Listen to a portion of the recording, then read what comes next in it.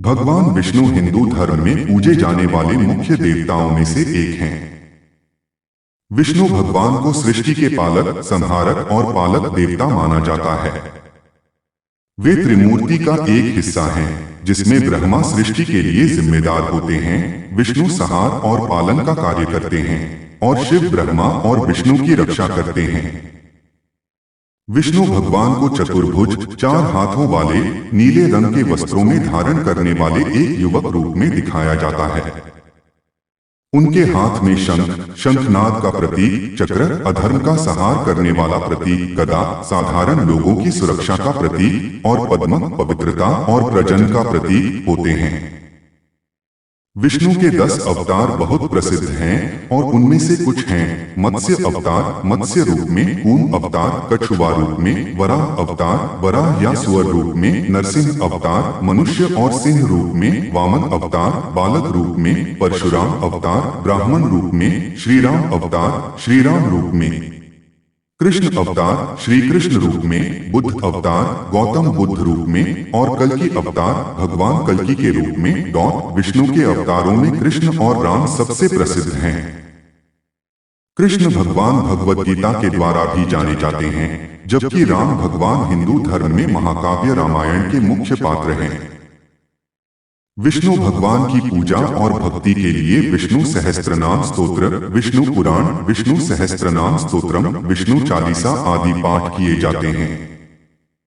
विष्णु के भक्त उनकी आराधना और पूजा के माध्यम से उनके कृपा, सुरक्षा और आनंद को प्राप्त करने का प्रयास करते हैं।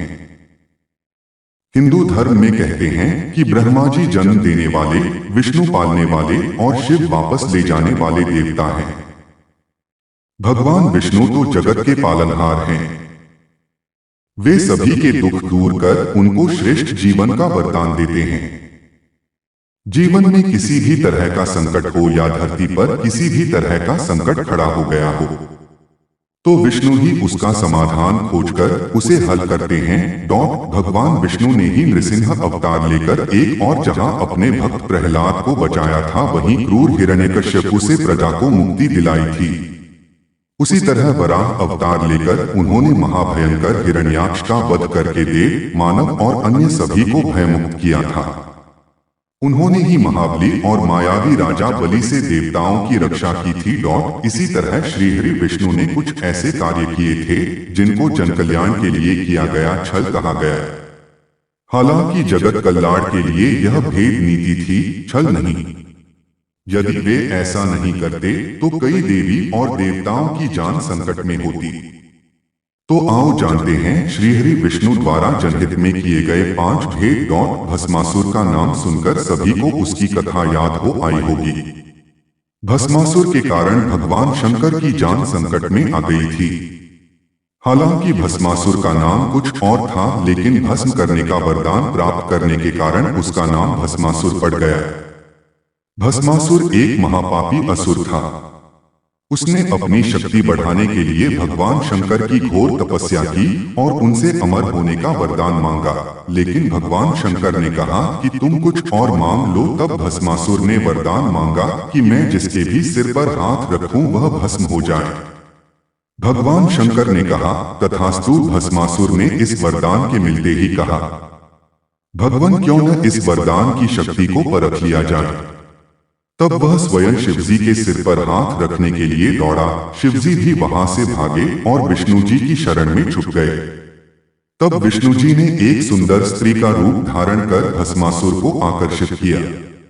भस्मासुर शिव को भूलकर उस सुंदर स्त्री के मोहपाश में बंध गया। मोहिनी स्त्री रूपी विष्णु ने भस्मासुर को खुद के साथ नृत्य करने के लिए प्रेरित किया। भस्मासुर तुरंत ही मान गया। नृत्य करते समय भस्मासुर मोहिनी की ही तरह नृत्य करने लगा और उचित मौका देखकर विष्णु जी ने अपने सिर पर हाथ रखा। शक्ति और काम के नशे में चूर भस्मासुर ने जिसकी नकल की और भस्मासुर अपने ही प्राप्त वरदान से भस्म हो गया। यहाँ छुपे थे शिव। भस्मासुर से बचने के लिए भगवान शंकर वहां से भाग गए। उनके पीछे भस्मासुर भी भागने लगा। भागते भागते शिवजी एक पहाड़ी के पास रुके और फिर उन्होंने इस पहाड़ी में अपने त्रिशूल से एक गुफा बनाई और वे फिर उसी गुफा में छिप गए। बाद में विष्णु जी ने आकर उनकी जान बचाई। माना जाता है कि वह गुफा जम्मू से 150 किलोमीटर दूर त्रिकुटा की पहाड़ियों पर है। इन खूबसूरत पहाड़ियों को देखने से ही मन शांत हो जाता है। इस गुफा में हर दिन सैकड़ों की तादाद में शिव भक्त शिव की आराधना करते हैं। वृंदा श्रीमद् देवी भागवत पुराण अनुसार जलंधर असुर शिव का अंश था, लेकिन उसे इसका पता नहीं था। जलंधर बहुत ही शक्तिशाली असुर था। इंद्र को पराजित कर जलंधर तीनों लोकों का स्वामी बन बैठा था। यमराज भी उससे डरते थे। श्रीमद् देवी भागवत पुराण अनुसार एक बार भगवान शिव ने अपना तेज समुद्र में फेंक दिया तथा इससे जलंधर उत्पन्न हुआ। माना जाता है कि जलंधर में अपार शक्ति थी और उसकी शक्ति का कारण थी उसकी पत्नी वृंदा। वृंदा के पतिव्रत धर्म के कारण सभी देवी देवता मिलकर भी जलंधर को पराजित नहीं कर पा रहे थे। जलंधर को इससे अपने शक्तिशाली होने का अभिमान हो गया और वह वृंदा के पतिव्रत धर्म की अवहेलना करके देवताओं के विरुद्ध कार्य कर उनकी स्त्रियों को सताने लगा।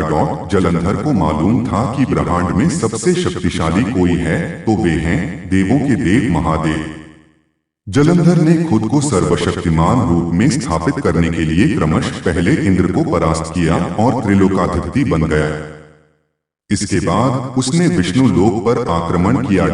जलंधर ने विष्णु को परास्त कर देवी लक्ष्मी को विष्णु से छीन लेने की योजना बनाई। इसके चलते उसने बैकुंठ पर आक्रमण कर दिया, लेकिन देवी लक्ष्मी ने जलंधर से कहा कि हम दोनों ही जल से उत्पन्न हुए हैं, इसलिए हम भाई बहन हैं। देवी लक्ष्मी की बातों से जलंधर प्रभावित हुआ और लक्ष्मी को बहन मानकर बैकुंठ से चला गया। इसके बाद उसने कैलाश पर आक्रमण करने की योजना बनाई और अपने सभी असुरों को इकट्ठा किया और कैलाश जाकर देवी पार्वती को पत्नी बनाने के लिए प्रयास करने लगा। इससे देवी पार्वती क्रोधित हो गईं और तब महादेव को जलंधर से युद्ध करना पड़ा, लेकिन वृंदा के सतीत्व के कारण भगवान शिव का हर प्रहार जलंधर निष्फल कर देता था। अंत में देवताओं ने मिलकर योजना बनाई और भगवान विष्णु जलंधर का वेश धारण करके वृंदा के पास पहुंच गए। वृंदा भगवान विष्णु को अपना पति जलंधर समझकर उनके साथ पत्नी के समान व्यवहार करने लगी। इससे वृंदा का पतिव्रत धर्म टूट गया और शिव ने जलंधर का वध कर दिया। विष्णु द्वारा सतीत्व भंग किए जाने पर वृंदा ने आत्मदाह कर लिया। तब उसकी राख के ऊपर तुलसी का एक पौधा जन्मा। तुलसी देवी वृंदा का ही स्वरूप है, जिसे भगवान विष्णु लक्ष्मी से भी अधिक प्रिय मानते हैं। भारत के पंजाब प्रांत में वर्तमान जालंधर नगर जलंधर के नाम पर ही है। जालंधर में आज भी असुरराज जलंधर की पत्नी देवी वृंदा का मंदिर मोहल्ला कोट किशनचंद्र में स्थित है। मान्यता है कि यहाँ एक प्राचीन गुफा थी जो सीधी हरिद्वार तक जाती थी। माना जाता है कि प्राचीन काल में इस नगर के आसपास 12 तालाब हुआ करते थे। नगर में जाने के लिए नाव का सहारा लेना पड़ता था। मोहिनी जब इंद्र दैत्यों के राजा बलि से युद्ध में हार गए, तब हताश और निराश हुए देवता ब्रह्मा जी को साथ लेकर श्रीहरि विष्णु के आश्रय में गए और उनसे अपना स्वर्गलोक वापस पाने के लिए प्रार्थना करने लगे। श्रीहरि ने कहा कि आप सभी देवतागण दैत्यों से सुलह कर लें और उनका सहयोग पाकर मद्रांचल को मथानी तथा वासुकी नाग को रस्सी बनाकर क्षीरसागर का मंथन करें। समुद्र मंथन से जो अमृत प्राप्त होगा उसे पिलाकर मैं आप सभी देवताओं को अजरमर कर दूंगा। तत्पश्चात ही देवता दैत्यों का विनाश करके पुनः स्वर्ग का आधिपत्य पा सकेंगे। देवताओं के राजा इंद्र दैत्यों के राजा बलि के पास गए और उनके समक्ष समुद्र मंथन का प्रस्ताव रखा और अमृत की बात बताई। अमृत के लालच में आकर दैत्य ने देवताओं का साथ देने का वचन दिया। देवताओं और दैत्यों ने अपनी पूरी शक्ति लगाकर मद्रांचल पर्वत को उठाकर समुद्र तट पर लेकर जाने की चेष्टा की, लेकिन नहीं उठा पाए। तब श्रीहरि ने उसे उठाकर समुद्र में रख दिया। मद्रांचल को मथानी एवं वासुकी नाग की रस्सी बनाकर समुद्र मंथन का शुभ कार्य आरंभ हुआ। श्री विष्णु की नजर मथानी पर पड़ी, जो कि अंदर की ओर धंसती चली जा रही थी। यह देखकर उन्होंने स्वयं कच्छप बनाकर अपनी पीठ पर मद्रांचल पर्वत को रख लिया। तत्पश्चात समुद्र मंथन से लक्ष्मी, कौस्तुभ, पारिजात, सुरा, धन्वंतरी, चंद्रमा, पुष्पक, ऐरावत, पांचजन्य, शंख, रंभा, कामधेनु, उच्चैःश्रवा और अंत में अमृत कुंभ निकले, जिसे लेकर धन्वंतरी जी आए। उनके हाथों से अमृत कलश छीनकर दैत्य भागने लगे, ताकि देवताओं से पूर्व अमृत पान करके वे अमर हो जाएं। दैत्यों के बीच कलश के लिए झगड़ा शुरू हो गया और देवता हताश खड़े थे। श्री विष्णु अति सुंदर नारी का रूप धारण करके देवता और दैत्यों के बीच पहुंच गए और उन्होंने अमृत को समान रूप से बांटने का प्रस्ताव रखा। दैत्यों ने मोहित होकर अमृत का कलश श्री विष्णु को सौंप दिया। मोहिनी रूपधारी विष्णु ने कहा कि मैं जैसे भी विभाजन का कार्य करूं, चाहे वह उचित हो या अनुचित, तुम लोग बीच में बाधा उत्पन्न न करने का वचन दो, तभी मैं इस काम को करूंगी। सभी ने मोहिनी रूपी भगवान की बात मान ली। देवता और दैत्य अलग अलग पंक्तियों में बैठ गए। मोहिनी रूप धारण करके विष्णु ने छल से सारा अमृत देवताओं को पिला दिया, लेकिन इससे दैत्यों में भारी आक्रोश फैल गया। असुरराज बलि, असुरों के राजा बलि की चर्चा पुराणों में बहुत होती है। वह अपार शक्तियों का स्वामी लेकिन धर्मात्मा था। दान पुण्य करने में वह कभी पीछे नहीं रहता था। उसकी सबसे बड़ी खामी यह थी कि उसे अपनी शक्तियों पर घमंड था और वह खुद को ईश्वर के समकक्ष मानता था और वह देवताओं का घोर विरोधी था। कश्यप ऋषि की पत्नी दिति के दो प्रमुख पुत्र हिरण्यकश्यप और हिरण्याक्ष थे। हिरण्यकश्यप के 4 पुत्र थे, अनुहल्लाद, हल्लाद, भक्त प्रहलाद और संहल्लाद। प्रहलाद के कुल में विरोचन के पुत्र राजा बलि का जन्म हुआ। राजा बलि का राज्य संपूर्ण दक्षिण भारत में था। उन्होंने महाबलीपुरम को अपनी राजधानी बनाया था। आज भी केरल में ओणम का पर्व राजा बलि की याद में ही मनाया जाता है। राजा बलि ने विश्व विजय की सोचकर अश्वमेध यज्ञ किया और इस यज्ञ के चलते उसकी प्रसिद्धि चारों ओर फैलने लगी। अग्निहोत्र सहित उसने 98 यज्ञ संपन्न कराए थे और इस तरह उसके राज्य और शक्ति का विस्तार होता ही जा रहा था। तब उसने इंद्र के राज्य पर चढ़ाई करने की सोची। इस तरह राजा बलि ने 99वें यज्ञ की घोषणा की और सभी राज्यों और नगरवासियों को निमंत्रण भेजा। देवताओं की ओर गंधर्व और यक्ष होते थे, तो दैत्यों की ओर दानव और राक्षस। अंतिम बार हिरण्यकशिपु के पुत्र प्रहलाद और उनके पुत्र राजा बलि के साथ इंद्र का युद्ध हुआ और देवता हार गए। तब संपूर्ण जम्बूद्वीप पर असुरों का राज हो गया। तब लेना पड़ा वामन अवतार। वामन श्री कश्यप तथा उनकी पत्नी अदिति के पुत्र थे। वे आदित्यों में 12वें थे। ऐसी मान्यता है कि वे इंद्र के छोटे भाई थे और राजा बलि के सौतेले भाई। विष्णु ने इसी रूप में जन्म लिया था। देवता बलि को नष्ट करने में असमर्थ थे। बलि ने देवताओं को यज्ञ करने जितनी भूमि ही दे रखी थी। तब सभी देवता विष्णु की शरण में गए। विष्णु ने कहा कि वह भी, बलि भी उनका भक्त है, फिर भी वे कोई युक्ति सोचेंगे। तब विष्णु ने अदिति के यहाँ जन्म लिया और एक दिन जब बलि यज्ञ की योजना बना रहा था, तब वे ब्राह्मण वेश में वहां दान लेने पहुंच गए। उन्हें देखते ही शुक्राचार्य उन्हें पहचान गए।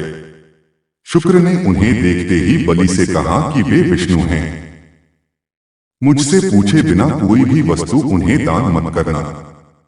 लेकिन बलि ने शुक्राचार्य की बात नहीं सुनी और वामन के दान मांगने पर उनको 3 पग भूमि दान में दे दी। जब जल छोड़कर सब दान कर दिया गया, तब ब्राह्मण वेश में वामन भगवान ने अपना विराट रूप दिखा दिया। भगवान ने एक पग में भूमंडल नाप लिया, दूसरे में स्वर्ग और तीसरे के लिए बलि से पूछा कि तीसरा पग कहाँ रखूं। पूछने पर बलि ने मुस्कुराकर कहा, इसमें तो कमी आपके ही संसार बनाने की हुई। मैं क्या करूं भगवान, अब तो मेरा सिर ही बचा है। इस प्रकार विष्णु ने उसके सिर पर तीसरा पैर रख दिया। उसकी भक्ति से प्रसन्न होकर विष्णु ने उसे पाताल में रसातल का कलियुग के अंत तक राजा बने रहने का वरदान दे दिया। तब बलि ने विष्णु से एक और वरदान मांगा। राजा बलि ने कहा कि भगवान, यदि आप मुझे पाताल लोक का राजा बना ही रहे हैं तो मुझे वरदान दीजिए कि मेरा साम्राज्य शत्रुओं के प्रपंचों से बचा रहे और आप मेरे साथ रहें। अपने भक्त के अनुरोध पर भगवान विष्णु ने राजा बलि के निवास में रहने का संकल्प लिया। पातालपुरी में राजा बलि के राज्य में आठों प्रहर भगवान विष्णु सशरीर उपस्थित रह उनकी रक्षा करने लगे और इस तरह बलि निश्चिंत होकर सोता था और संपूर्ण पातालपुरी में शुक्राचार्य के साथ रहकर एक नए धर्म राज्य की व्यवस्था संचालित करता है। माता पार्वती, माना जाता है कि बद्रीनाथ धाम कभी भगवान शिव और पार्वती का विश्राम स्थान हुआ करता था। यहाँ भगवान शिव अपने परिवार के साथ रहते थे, लेकिन श्रीहरि विष्णु को यह स्थान इतना अच्छा लगा कि उन्होंने इसे प्राप्त करने के लिए योजना बनाई। पुराण कथा के अनुसार सतयुग में जब भगवान नारायण बद्रीनाथ आए तब यहाँ बद्रियों यानी बेर का वन था और यहाँ भगवान शंकर अपनी अर्धांगिनी पार्वती जी के साथ मजे से रहते थे। एक दिन श्रीहरि विष्णु बालक का रूप धारण कर जोर जोर से रोने लगे। उनके रुदन को सुनकर माता पार्वती को बड़ी पीड़ा हुई।